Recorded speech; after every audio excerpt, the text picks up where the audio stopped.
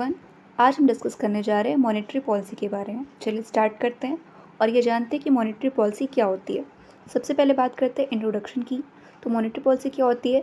Monetary policy is the macro economic policy laid down by the central bank. यानी कि monetary policy जो है वो सेंट्रल बैंक के थ्रू रेगुलेट होती है।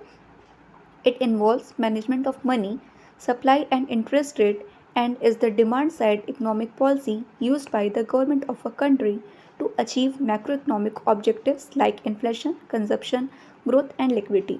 यानी कि अगर सिंपल लैंग्वेज में इसको हम समझें तो इसको ऐसे समझ सकते हैं कि मॉनेटरी पॉलिसी एक ऐसी पॉलिसी होती है या एक ऐसी नीति होती है जिसके माध्यम से देश का मौद्रिक प्राधिकरण यानी कि जो देश के सबसे हाई लेवल का रेगुलेटर होता है जो कि मनी का रेगुलेशन करता है, जैसे कि हमारे कंट्री में आरबीआई है, वो ब्याज की दरों के माध्यम से जो मनी की सप्लाई है उसको नियंत्रित करने का प्रयास करता है या उसको नियंत्रित करता है। ऐसा क्यों करता है? ऐसा वो इसलिए करता है ताकि जो इन्फ्लेशन है, कंजम्पशन है, ग्रोथ रेट है, ये सारी चीज़ें क्या हो सके, नॉर्मल रेट पे रह सके और इकोनॉमिक ग्रोथ हो सके। नेक्स्ट देखते हैं objectives of monetary policy. Monetary policy के ऑब्जेक्टिव क्या हैं? Main objective of monetary policy are as below. First, price stability, यानी कि प्राइस को स्टेबल करना। Government aims at positive stable price policy where some changes in supply of money are allowed as per economic conditions. यानी कि government क्या करती है, government का जो मेन एम होता है वो होता है प्राइस को स्टेबल करना। इसके लिए जो इकोनॉमिक रेगुलेशंस होते हैं, जो इकोनॉमिक पॉलिसी बनानी होती है, वो भी जो गवर्नमेंट होती है वो बनाती है जिससे कि जो इकोनॉमिक कंडीशन हो वो अच्छे से रह सके, यानी कि वो स्टेबल रह सके। नेक्स्ट क्या है? Gradual rise in prices. A mild increase in price boosts up investment, employment and output।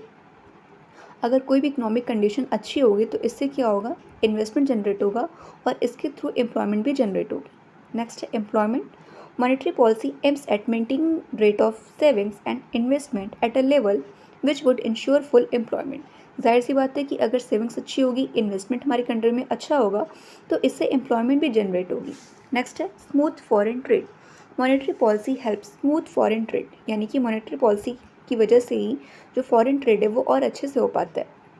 Next है rapid economic growth. Monetary policy aims at ensuring adequate flow of money into channels of investment through the rapid economic growth. यानी कि monetary policy के through ही जो money का supply है वो proper तरीके से हो सकता है और इसकी वजह से जो इकोनॉमिक ग्रोथ है वो बहुत ही अच्छा होता है या फिर रैपिडली होता है। नेक्स्ट क्या? नेक्स्ट बात करते हैं टूल्स ऑफ मॉनेटरी पॉलिसी, यानी कि मॉनेटरी पॉलिसी कैसे होता है, उसको रेगुलेट करने के लिए क्या क्या टेक्निक्स हैं उनकी बात करते हैं। इंस्ट्रूमेंट ऑफ मॉनेटरी पॉलिसी में B broadly divided into two categories, general method और सेलेक्टिव मेथड। इसको हम दो पार्ट में डिवाइड कर सकते हैं, जनरल मेथड और सेलेक्टिव मेथड।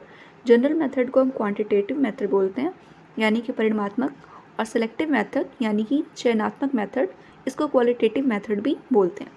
जनरल मेथड में क्या क्या इंक्लूड होते हैं वो चीज़ें हैं bank rate, open market operations, variation in reserve requirement. Selective method में क्या क्या आते हैं? इसमें आते हैं margin requirements, rationing of credit, variable interest rate, control through directions और moral section. First of all हम देखते हैं जनरल क्रेडिट कंट्रोल्स क्या क्या हैं। This method is also called qualitative method. There are 3 general instruments of credit control, यानी कि credit को कंट्रोल करने के इसमें 3 मेथड है, वही तीनों bank rate, open market operations और वेरिएशन इन रिजर्व रिक्वायरमेंट्स। सबसे पहले देखते हैं बैंक रेट क्या होता है। तो it is the official minimum rate at which central bank discounts approved bill of exchange held by banks or to lend approved securities to bank. In inflation condition, bank rate is raised. Subsequently, cost of holding the assets goes up and new investment are discouraged. यानी कि अगर simple language में हम समझें तो इसको हम ऐसे समझ सकते हैं कि बैंक रेट यानी कि बैंक दर वह दर है जिस पर कि आरबीआई किसी बैंक को, किसी कॉमर्शियल बैंक को लोन प्रोवाइड करता है और वो भी बिना किसी सिक्योरिटीज़ के रखे हुए, यानी कि उनको बैंक कोई सिक्योरिटीज़ नहीं रखता है, लेकिन फिर भी जो आरबीआई है, जो सेंट्रल गवर्नमेंट बैंक है, वो क्या करता है, किसी बैंक को लोन प्रोवाइड कराता है। नेक्स्ट हम देखते हैं, नेक्स्ट है ओपन मार्केट ऑपरेशंस, यानी कि खुले बाजार की क्रियाएं। Direct and deliberate buying and selling of securities and bills by central bank to expand and control credit. During inflation, central bank will sell securities to transfer cash from public to itself. It buys them in depressing conditions. यानी कि open market operation में क्या होता है, इसमें जो RBI होती है वो क्या करती है, सिक्योरिटीज़ का एक्सचेंज करती है, यानी कि उसको ट्रांसफ़र करने का कार्य करती है। अगर वो ये चाहती है कि मार्केट में मनी का सप्लाई जो है, सर्कुलेशन जो वो ज़्यादा हो, बहुत ज़्यादा हो, तो वो क्या करेगी, जो सिक्योरिटीज़ हैं उनको वो क्या करेगी, खरीदना स्टार्ट करेगी। जब वो खरीद के बदले वो जो कमर्शियल बैंक्स हैं उनको क्या करेगी, पैसा देगी। पैसा तो उसको देना पड़ेगा क्योंकि वो परचेस कर रही है। तो इससे क्या होगा, इससे ये होगा कि मार्केट में जो मनी का सप्लाई है वो बढ़ जाएगा और जो लोन वगैरह है वो सस्ता हो जाएगा।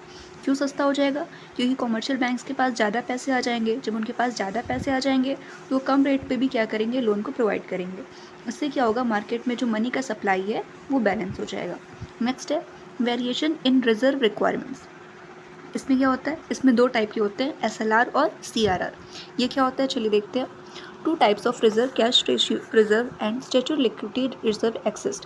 Cash reserve ratio is that portion of total deposits a commercial bank must keep with RBI in form of cash reserve. यानी कि कैश रिजर्व रेशियो किसी डिपॉजिट का वो फॉर्म होता है जो कि किसी कॉमर्शियल बैंक को आरबीआई के पास कैश के रूप में रखना होता है। यानी कि उसको मैंडेटरी है कि वो इतना रुपए जो है वो कैश के रूप में रखेगा ही रखेगा। नेक्स्ट है स्टैट्यूटरी लिक्विडिटी रेशियो। ये क्या होता है, SLR. SLR is a portion a commercial bank must keep with itself in form of liquid assets. ये किसके फॉर्म में रखेगा, लिक्विड एसेट्स के फॉर्म में रखना होता है किसी भी कॉमर्शियल बैंक को आरबीआई के पास, आरबीआई यानी कि सेंट्रल बैंक के पास। These ratio can be lowered to increased lending capacity to enhance credit circulation during inflation and vice versa। यानी कि जो ये रेशियो है इसको कम कर दिया जाता है। अगर कम कर दिया जाएगा तो क्या होगा, अगर हम सीआरआर को कम कर देते हैं, कैश रिजर्व रेशियो को कम कर देते हैं, तो जो बैंक हैं उनको अपने पास कम मनी रखनी पड़ेगी। जब कम मनी रखनी पड़ेगी तो उनके पास लोन देने के लिए ज़्यादा पैसे होंगे। तो ज़्यादा पैसे होंगे तो इससे क्रेडिट क्या होगा, क्रेडिट बढ़ जाएगा। जो हम लोन प्रोवाइड करते हैं बैंक जो है वो ज़्यादा लोन प्रोवाइड करेंगे तो इससे क्रेडिट सर्कुलेशन बढ़ जाएगा। लेकिन अगर इसका हम उल्टा चाहते हैं, अगर हम चाहते हैं कि मार्केट में मनी का सप्लाई ज़्यादा ना हो, तो क्या करेंगे, इस रेट को बढ़ा देगा जो तो क्या होगा कि जो आरबीआई है वो एसएलआर या सीआरआर को अगर बढ़ा देता है तो जो बैंक्स हैं, कमर्शियल बैंक्स हैं, उनको अब जो कैश रिजर्व रेशियो है वो ज़्यादा रखना पड़ेगा। तो जब वो ज़्यादा रखना पड़ेगा उनको, तो उनके पास पैसे जो होंगे लोन देने के लिए वो कम होंगे। तो वो क्या करेंगे, हाई रेट पे जो लोन है वो देंगे। तो जब वो लोन हाई रेट पे देंगे तो इससे क्या होगा, मार्केट में जो मनी का सप्लाई है वो कम हो जाएगा और इससे क्या हो जाएगा, जो मनी की सप्लाई है वो मार्केट में मेंटेन रहेगी। नेक्स्ट है सेलेक्टिव मेथड। ये क्या होता है, selective methods are first margin requirement. Margin requirement क्या है, central bank can order commercial banks to lend an amount lower than volume of a security. If margin requirement is 40%, then commercial banks can lend only up to 60% of security value. A higher margin will reduce amount of loan during inflation. यानी कि इसमें एक margin set कर दिया जाता है कि इतनी मार्जिन के ऊपर ही आप लोन दे सकते हैं, उससे कम पे नहीं दे सकते हैं। नेक्स्ट देखते हैं। नेक्स्ट है रेशनिंग क्रेडिट, यानी कि the bank can provide overall ceiling on grant of loans fixing maximum capital, और commercial bank can have fixing ceiling for specific categories of a loan and advances. इसमें क्या होता है, क्रेडिट का rationalisation हो जाता है। नेक्स्ट है variable interest rate, policy of different rates for different regions, borrowers and in a particular purpose of loan. यानी कि जो इंटरेस्ट रेट है उनको भी कम ज़्यादा किया जा सकता है किसी स्पेसिफिक लोन के लिए। जैसे कि अगर हमें हाउस टैक्स लेना है तो उसके लिए, हाउस लोन लेना है तो उसके लिए अलग रेट होगा। अगर हमें एजुकेशन लोन लेना है तो उसके लिए अलग रेट होगा। यानी कि इंटरेस्ट रेट को ये क्या करते हैं, वेरिएबल करते हैं, चेंज करते रहते हैं, जो कि मनी के सप्लाई पे भी इम्पैक्ट डालता है। नेक्स्ट है control through directives. Central bank may give direction to member banks in respect of their lending policies about purpose of advances and margin kept for secured loans। यानी कि जो central bank है वो क्या करता है, मेंबर्स जो होते हैं बैंक के, उनको हमेशा टाइम टू टाइम डायरेक्शन देता रहता है कि कैसे पॉलिसीज़ को बनाना है, क्या मार्जिन सेट करना है, कैसे लोन को सिक्योर रखना है, या फिर क्या क्या काम करने हैं। इससे क्या होता है, इससे ये होता है कि जो मेंबर्स होते हैं वो अच्छे से पॉलिसी बनाते हैं और जो बैंक का जो वर्क है वो अच्छे से हो पाता है। It can also prohibit any particular bank against entering into any particular transaction. ये किसी पर्टिकुलर बैंक को प्रोहिबिट कर सकते हैं कि वो कोई पर्टिकुलर ट्रांजेक्शन करे या ना करे। नेक्स्ट है मोरल सेक्शन। इसमें क्या है, Periodically, letters are issued to banks urging them to exercise control over credit. Informal discussions are also held. यानी कि जो बैंक है वो time to time periodically letter भी इशू करते रहते हैं जिससे कि जो क्रेडिट कंट्रोल होता है वो होता है. ये फॉर्मल और इनफॉर्मल दोनों टाइप से हो सकता है. In India, the monetary policy is an important tool for the economic management of the country. यानी कि मॉनेटरी पॉलिसी है जो वो एक बहुत ही इंपॉर्टेंट रोल प्ले करती है. The RBI is the central bank of monetary authority of India. RBI जो है वो हमारी सेंट्रल बैंक है.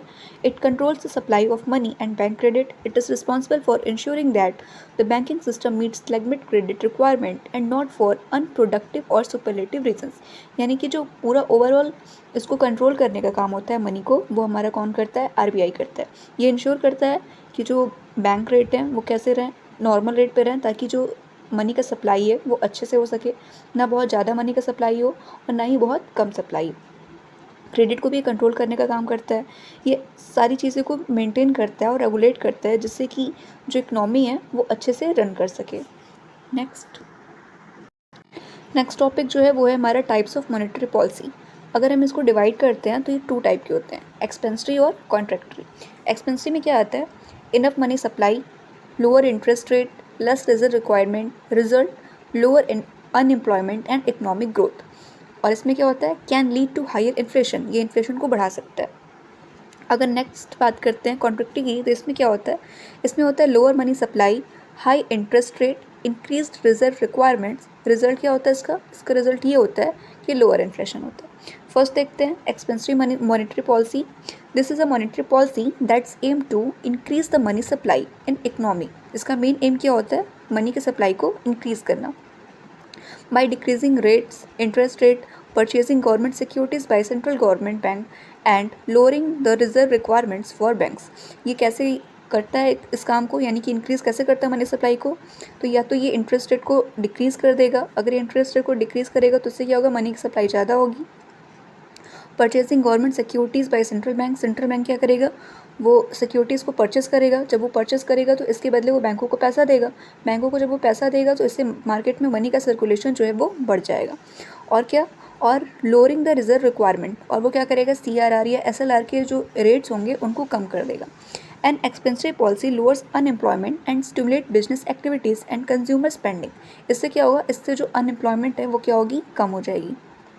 और जो कंज्यूमर की स्पेंडिंग है, जो कंज्यूमर की खर्च करने की क्षमता है वो बढ़ जाएगी. तो overall goal of expensive monetary policy is to fuel economic growth. इसका ओवरऑल जो एम होता है वो यही होता है कि जो हमारी इकोनॉमी है वो अच्छे से ग्रो कर सके. However it can also possible lead to higher inflation. लेकिन इससे एक ये पॉसिबिलिटी होती है, ये इसका एक ड्रॉबैक है कि इससे इन्फ्लेशन को वो मिलता है, इससे इन्फ्लेशन आ सकता है. Contractionary monetary policy. The goal of a contractionary monetary policy is to decrease the money supply in the economy. यानी कि इसका एम क्या होता है? मनी की सप्लाई को डिक्रीज़ करना. ये होगा कैसे? इसके करने के लिए हमें क्या करना होता है? इसको करने के लिए जो RBI है वो ये करता है. क्या करता है? It can be achieved by erasing interest rate, selling government bonds and increasing the reserve requirement for bank. यानी कि वो जो इंटरेस्ट रेट हो उसको हाई कर देगा, उसको बढ़ा देगा. अगर कोई जो बैंक है वो इंटरेस्ट रेट को बढ़ा देता है तो इससे क्या होगा? जो कंज्यूमर्स होंगे वो लोन नहीं ले पाएंगे क्योंकि इंटरेस्ट रेट हाई रहेगा. तो इंटरेस्ट रेट अगर हाई रहेगा तो मार्केट में जो मनी का सप्लाई है वो क्या होगा? कम हो जाएगा. Selling government bonds and increasing reserve requirement. जो गवर्नमेंट बॉन्ड्स है अगर वो उनको सेल कर देंगे, जब सेल कर देंगे तो भी मनी का सप्लाई कम हो जाएगा. और रिजर्व रिक्वायरमेंट का जो CRR या SLR हम रखते हैं, बैंक जो रखते हैं, वो अगर उनका रेट बढ़ जाएगा तो उनको ज़्यादा पैसा रखना पड़ेगा RBI के पास. तो अगर वो ज़्यादा पैसा RBI के पास रखेंगे तो उनके पास खुद के पास जो लोन देने के लिए पैसा बचेगा वो कम होगा. तो जब वो कम होगा तो उससे क्या होगा कि मनी का सप्लाई जो होगा वो कम होगा, क्योंकि वो ज़्यादा लोन दे नहीं पाएंगे तो मार्केट में मनी का सर्कुलेशन जो हो जाएगा वो कम होगा. The contrary policy is utilize when the government control inflation level. ये तब जब बहुत ज़्यादा यूटिलाइज़ करता है, बहुत ज़्यादा इंपॉर्टेंट हो जाता है जब इन्फ्लेशन को कंट्रोल करना होता है. कंक्लूजन देखते हैं इस पूरे टॉपिक से हमें क्या समझ में आया. अगर इस पूरे टॉपिक को हम समराइज़ करें तो इसको हम ऐसे कह सकते हैं. At last we can say that monetary policy is use to manage unemployment, economic growth and inflation in the country by the Federal Reserve. यानी कि हमें इसके थ्रू क्या कंट्रोल कर सकते हैं? अनएम्प्लॉयमेंट, इकोनॉमिक ग्रोथ कर सकते हैं और इन्फ्लेशन को भी कंट्रोल कर सकते हैं.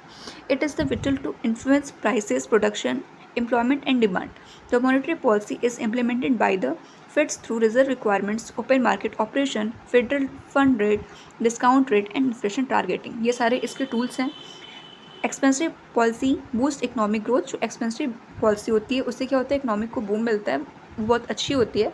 और अगर इसके अपोजिट बात करें तो contractive monetary policy slow down the rate of economy. जो एक्सपेंसिव जो कॉन्ट्रेक्टिव होती है उससे क्या होता है, जो इकोनॉमी का ग्रो होता है वो थोड़ा सा रुक जाता है या कम हो जाता है. तो पूरा ये अगर ओवरऑल मॉनेटरी पॉलिसी टॉपिक को हम समझे तो इसको हम ऐसे कह सकते हैं कि जो भी मार्केट के में मनी का सप्लाई होता है उसको रेगुलेट करने का काम जो होता है वो मॉनेटरी पॉलिसी के थ्रू होता है. और ये हमारे देश का बैंक, सेंट्रल बैंक RBI करता है. वो देखता है कि मार्केट में मनी का सप्लाई अच्छे से हो सके, जिससे कि ना तो बहुत ज़्यादा इन्फ्लेशन हो ना तो बहुत ज़्यादा डिफ्लेशन हो. मिलते हैं नेक्स्ट वीडियो में. Thanks for watching.